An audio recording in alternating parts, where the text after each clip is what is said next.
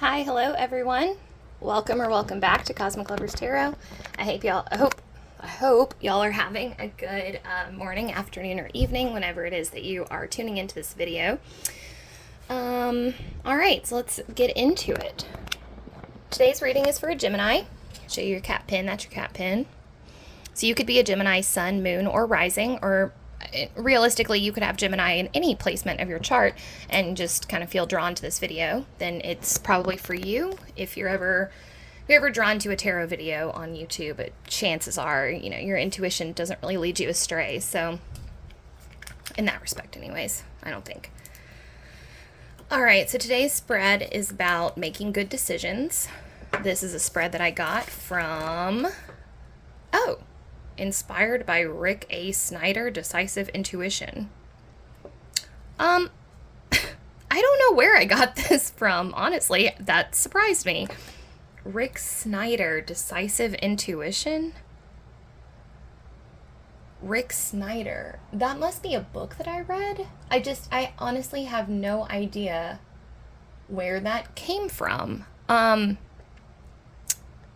Anyways, clearly I read a book about decisive intuition, and maybe Rick Snyder gave some...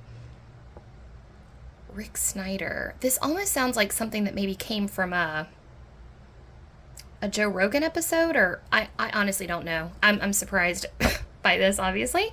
So this is a spread that I came up with based off of Rick Snyder's decisive intuition exercise. So... are my choices in alignment with my values? We're going to look at your highest value, your greatest joy, the best move for you, and then some advice from your intuition. I'm going to try to stick with just 4 cards for this and not do any clarifiers. Only get clarifiers if we really need them, because I've been taking a tarot workshop and kind of learning about how to, just how to make my readings better, right?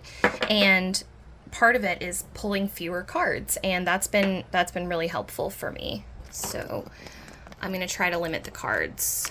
Tarot can say a lot in just a few cards. You really don't need a lot of them. Okay, so let's get on with things. Get your camera aligned here.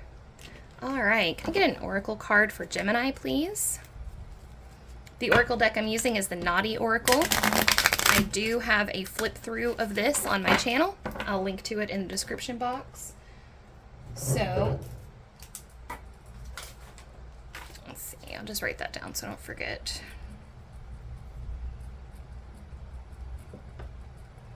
So if you liked the oracle deck and you're thinking about purchasing one for yourself, you can actually see a flip through and look at all the cards. All right. So I want to get I'm not going to take it. If it really meant to come out, then it'll come out again. But sometimes I take the cards that just slide out like that, but I'm not feeling it today. All right, doing a reading for Gemini today. Doing a reading for Gemini about making good decisions. Can I get a vibe check or a general energy check for the situation so we can get an idea about what Gemini is making a decision about? What is Gemini making a decision about? Can I get an oracle on this, please? Get an oracle for Gemini, please. Oracle for Gemini. Oracle for Gemini.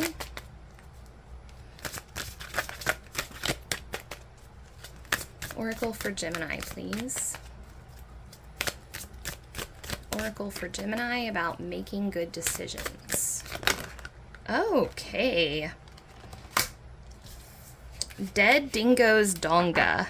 Time for emotional healing. Okay. This feels like stagnation to me. This feels like trying to decide if taking action is the right course, or if like sticking it out is what Spirit wants for you. There's kind of this feeling of, what am I doing here and why? Why am I here? What is the purpose of this, And hey, if you're feeling like that, I'm right there with you, friends. So, all right, let's dive into this. I'm going to start with the holographic tarot. We're going to look at, let's move some things around a little bit here. Keep this guy over there. Okay, there we go. We're going to keep this guy over here, and then we're going to arrange the rest like this. Put this here, which means this can come down a little bit. All right. What is Gemini's highest value? What is their highest value? Can I get a card for Gemini's highest value, please? Their highest value. What is their highest value? Oh, okay.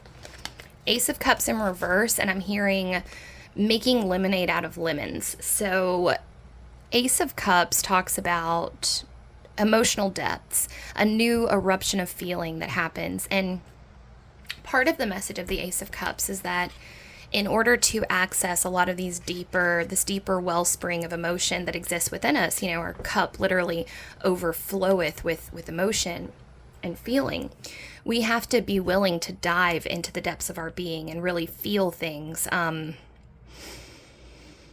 It's like, in order to be a vessel of creativity, you have to be able to feel so deeply that you can transmit emotional energy that comes into your being through your art, and then transmits that to other people. I like to think of just, when you read a book that makes you cry, or you listen to a song that makes you cry, or you watch a movie that makes you laugh, how much, because energy, it's kind of like you have to be there kind of thing. Like you had to be there, can you imagine just how much energy that creative team or that person, that songwriter, how much sadness they had to carry in their being in order to write a song that makes you cry? That sadness carried over through. Now, what your highest value is you don't, it seems like you don't, so there's something about superficial relationships here. You're really looking for something that is more on the, like a deeper relationship, but, I'm almost getting the sense that you are frustrated with your relationships. Like you might have a lot of, oh, I see. Okay. So you, your highest value is actually sharing your intimate world with people, but you're very choosy about who you will share your intimate world with. So there's kind of this like tamping down of your energy that's going on here, which is interesting. And going back to what I said about making lemons out of lemonade, it's like your optimism is really shining through here, but there's something going on with your depths and your emotions, because this Ace of Cups is blocked. You're blocking your emotions somehow. So we're going to get into we're going to pull more cards and see maybe what's going on here. What's the reason behind this blockage? Maybe. Okay, so what is Gemini's greatest joy? What is their greatest joy? Yeah, if I didn't already say it, I forgot. You're very choosy about who you open up to. It's like you tend to value only being vulnerable with select people. So it's like you value prioritizing relationships like a hierarchy of relationships, where it's like, no, I'm not going to tell you my whole life story until I know you, until you have proven to me that you are trustworthy with like my heart and my spirit. You're very selective with who you show your inner world to. But when you do find someone that you can really commit to and show your true self, you really have a remarkable depth to you, but you just don't show it to many people. And in fact, like the cards just want to point out that if people have criticized you for that, for saying that you should be more open, or you're cold, or you're standoffish, I wouldn't take that to heart, because the cards are kind of more indicating that it's more precious your emotions, because you're very choosy with who you show your emotions to, and who you show your like soft white underbelly to. Because you're choosier, it's more precious when it is shown. Does that make sense? So yeah, I would not worry if people are telling you that, you need to be more vulnerable or whatever. No, it's perfectly reasonable to keep some things to yourself, and only show that like your inside self is like this beautiful jewel. It's like a rare jewel. And you only are willing to show that to people who are, willing to. I'm like getting a image of like Aladdin, so that may be relevant to some of you, but like Aladdin, like going into the cave of wonders or whatever, and he's like has to do all of these things to get to the prized jewel. That's your inner world. Your inner world is a magical jewel, and you shouldn't be just, well, I mean, I don't want to say should, but you shouldn't be expected to share that with people who are not going to treat it well. You may have been hurt in the past with people, that might be, but I'm getting more of the sense that this is an innate quality of yours. That's just, kind of just who you are. All right. Oh, your greatest joy, 8 of Wands. Okay, so I can already tell that you're a very spiritual person. 8 of Wands talks about coming into alignment. And I want to, 8 of Wands, you are, wow, we have a lot in common, Gemini. Although I'm more of an open book with a lot of people, but I respect where you're coming from. Now, your 8 of Wands over here, I can completely relate to, though. You are happiest when you are in alignment, when things are working out, when you are checking items off of your to-do list, when you're moving quickly and efficiently. You find great joy in productivity and doing things, and that kind of thing like brings you joy. So you're stalled, and that's what's going on here, Gemini. You've got a stalled energy, and it's okay. It seems to me, yeah, I see this a lot in readings. What is going on is that you are feeling uncomfortable and distressed by your lack of productivity. And a lot of this, I think the reason that I see this come up in a lot of readings is that we as a capitalist society have bled productivity into our metrics for what we value and how we define our self-worth. So, and I'm the same way. I love being productive. I've been working for a long time to be more productive. It has been on the top of my to-do list, and I do try really hard to do that. But what we don't, or what we fail to realize, is that our emotional healing for many of us is taking place under the surface of, it's almost like you can think of your energetic body as a computer, and your emotional healing is an app that is running in the background, and it's trying to play catch up. So if you had a traumatic experience happen to you, which we all did, and then you were raised in a society or a culture that did not prioritize being vulnerable and sharing the emotional world, but instead you were taught to, like this Ace of Cups here, kind of clamp down your emotions, they become trapped. And then what happens is our bodies, our wise, beautiful gifts of our bodies, which our bodies have so much wisdom in them, and they know how to do things. The body knows how to repair trauma, knows how to work through trauma.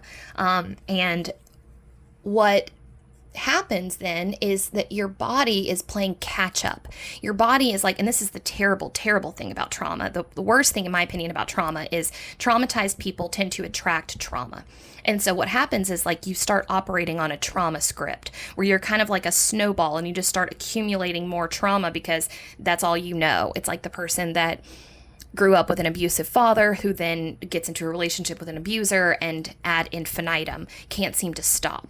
Well, at some point, something happens. Either you have a rock bottom, or you find a spirituality that suits you, or you find a group that prioritizes you. You find a lover or a partner who prioritizes your well-being and treats you with kindness, and it's almost like you wake up from a slumber and you go, holy shit, I haven't been treating myself the way that I deserve to be treated. Now, Then what happens is once you reorient yourself back into a healing modality, then what happens is now your body, mind, spirit complex is playing catch up to try to repair itself from the traumatic. It's almost like unraveling or undoing this tangled mess of like wires, so that now we can get rid of the trauma script and we can start operating smoothly. What that looks like, then this is all taking place under the surface. Dreams, in severe cases, you might have panic attacks, night terrors, all these things are happening because your body, mind, spirit is going, whoa, we've got to repair this damage so this doesn't happen anymore, okay? So what I want to tell you that I can just tell right now from what's going on with you is if you're feeling lethargic, you're feeling tired, you can't seem to focus, your anxiety is up, well, it's because you're healing under the surface. You're okay. There's nothing wrong with you, and you don't need to, listen to yourself when your body is like that, and just give yourself time to rest and understand that all that healing is taking place under the surface. All right, what's the best move for Gemini? What's the best move? What's the best move?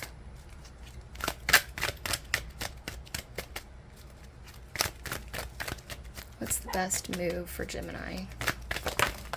Oh, yep. Okay, awesome. Wheel of Fortune. Okay, so this is about trusting the cyclical nature of time and fate and the universe. This is about, I'm not where I want to be right now, but I'm going to have faith that this cycle is working out for my highest good and that my energy will come back.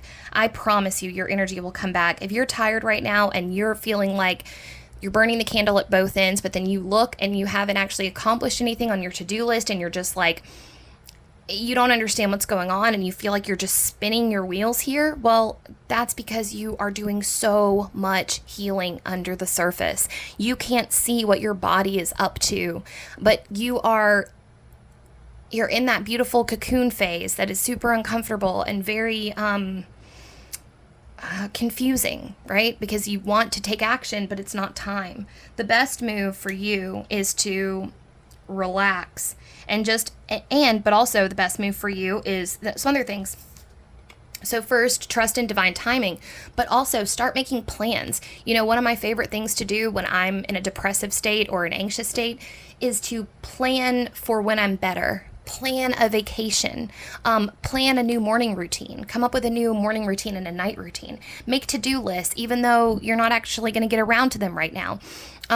Read books, rest and plan and prepare, because the inevitability of the Wheel of Fortune is that at some point your wheel is going to come back up and you are going to be back in that alignment state. And I know you want to be there so badly, and you will be. You're going to get back there.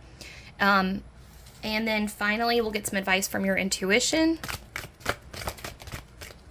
Advice from Gemini's intuition. Okay, yeah, so 5 of Pentacles is all about inner child healing. This is about change is on the horizon, but right now,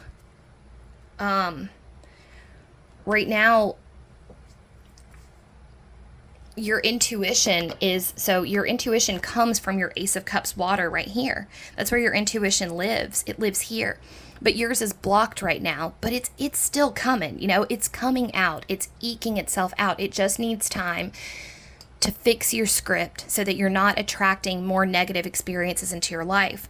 This 5 of Pentacles here is about lack mentality. It's about believing that things are really bad for you, when in actuality things aren't that bad. Your lens has been distorted. Your lens of reality has been smudged to make it look like that things are a lot worse than they actually are. But in actuality, everything is working out perfectly, just like it should. Right now, it's hard for you to focus on the positive, and I really encourage you to, again, just plan for better days.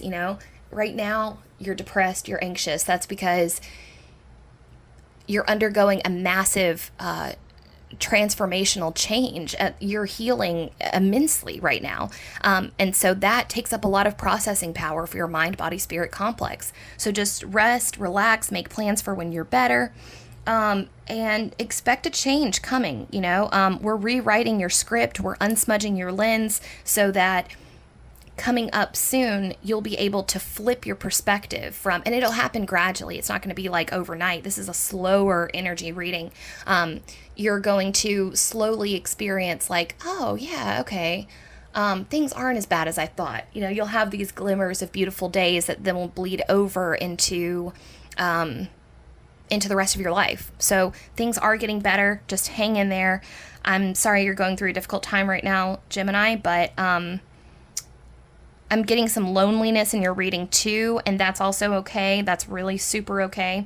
Right now you're getting ready to vibe with the people who are your tribe. You haven't found your vibe tribe yet, but you will, because right now your vibe is changing. You're vibing up, and a lot of that is getting rid of this murkiness down below the surface. We're cleaning out all that stuff that doesn't serve you anymore, so that now when you move forward, you'll be moving forward on a clean, secure footing to be able to blend with other people that are like you. But right now you're in that uncomfortable cocoon stage. So, just hang in there, guys. It is going to get better.